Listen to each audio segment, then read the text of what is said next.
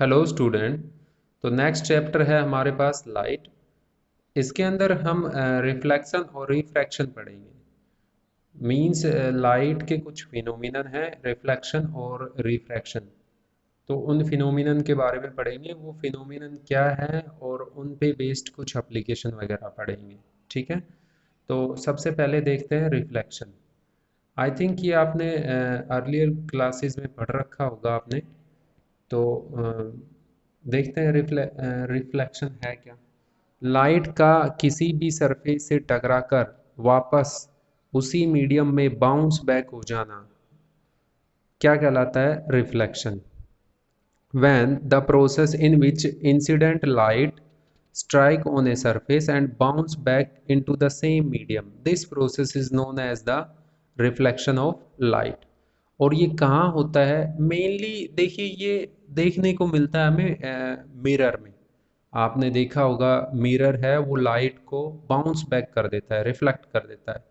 वैसे जो भी आप ऑब्जेक्ट देखते हैं सभी के सभी लाइट को क्या करते हैं? रिफ्लेक्ट करते हैं।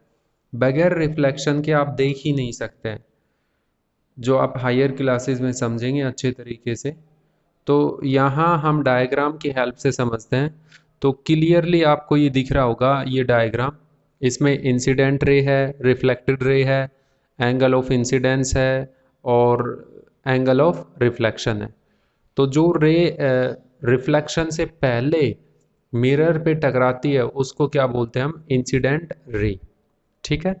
और रिफ्लेक्शन होने के बाद रे को क्या बोला जाता है? Reflected ray.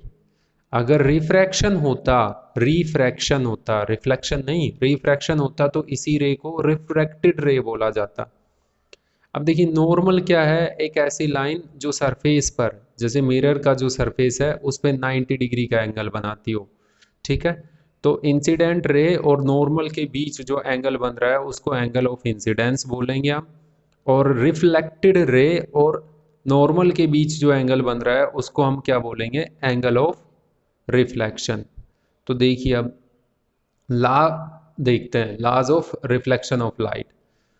तो फर्स्ट लॉ ये है कि incident ray, normal, angle of incidence, point of incidence, angle of reflection, reflected ray, all lie in same plane. मतलब ये सभी के सभी किस में लाई करेंगे? सेम प्लेन में। सेकंड लॉ है angle of incidence always equal to angle of reflection.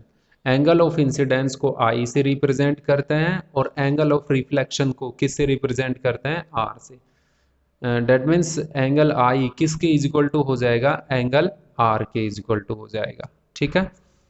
अब देखिए प्लेन मिरर के थ्रू जो इमेज बनती है उस इमेज की करैक्टरिस्टिक्स देखते हैं। तो सबसे पहले हम इमेज के बारे में जान लेते हैं। तो बेसिकली यहाँ दो वर्ड्स आएंगे, वर्चुअल और रियल। मतलब रियल इमेज किसे बोला जाएगा और वर्चुअल इमेज किसको बोला जाएगा? तो देखिए रिफ्लेक्शन के बाद या रिफ्रैक्शन के बाद अगर रेज एक्चुअली में मीट करती हैं तो वो जो इमेज बनेगी वो रियल इमेज बनेगी। या दूसरी डेफिनेशन में आप समझ सकते हैं, जिस इमेज को the image formed on a screen known as real image. मतलब जिस इमेज को हम स्क्रीन पर बना सकते हैं, स्क्रीन कोई भी पेपर हो सकता है, कुछ भी हो सकता है, उस पर बना सकते हैं, उस इमेज को क्या बोला जाएगा? Real image. और जिसको स्क्रीन पर नहीं बना सकते या एक्चुअली में मीट नहीं करेंगी, वास्तव में मीट नहीं करेंगी, अपीयर करेंगी मीट करती हुई, उसको, उस इमेज को क्या बोला जाएगा? Virtual image. ठीक है। तो करेक्टरिस्टिक्स देखते हैं हम, formed by a plane mirror. तो देखिए प्लेन मिरर आपने देखा होगा।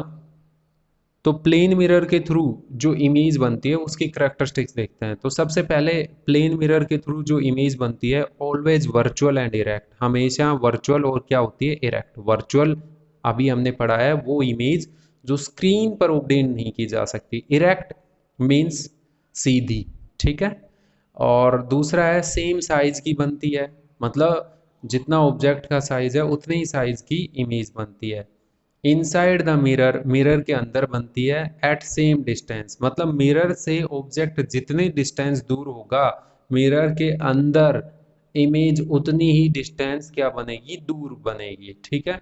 लेटरली इन्वर्टेड मतलब लेफ्ट राइट बदल जाते हैं, कन्वर्ज हो जाते हैं। मतलब जो ऑब्जेक्ट का लेफ्ट है वो इमेज का क्या बन जाएगा, राइट, और ऑब्जेक्ट का राइट है वो इमेज का क्या बन जाएगा, लेफ्ट। आई होप ये आपको अच्छे तरीके से समझ में आए होंगे। अगर फिर भी कोई डाउट है तो आप पूछ सकते हैं।